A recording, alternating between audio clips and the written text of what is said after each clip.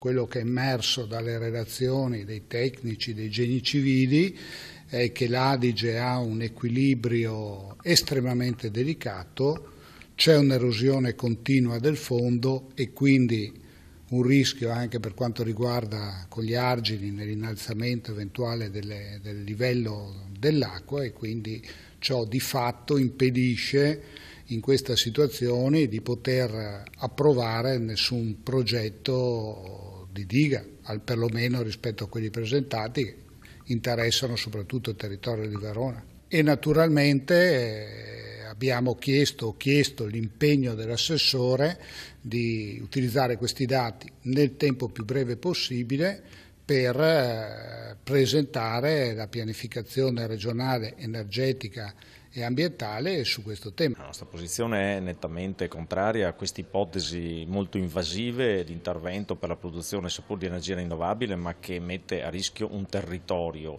e si intreccia anche con problematiche non solo di sicurezza idraulica ma di carattere ambientale che occorre tenere in debito conto. Pensiamo a tutte le ricadute a valle, sul delta del Po e sulla foce dell'Adige.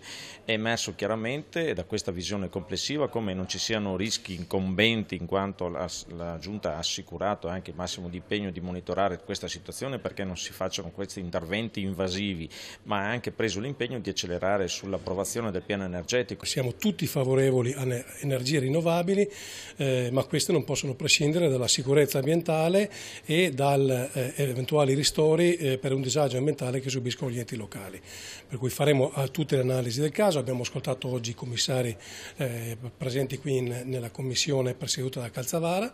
Abbiamo ascoltato i tecnici, ci sono delle forti perplessità, delle forti preoccupazioni, quindi noi prima di rilasciare concessioni abbiamo il dovere civico di fare queste valutazioni.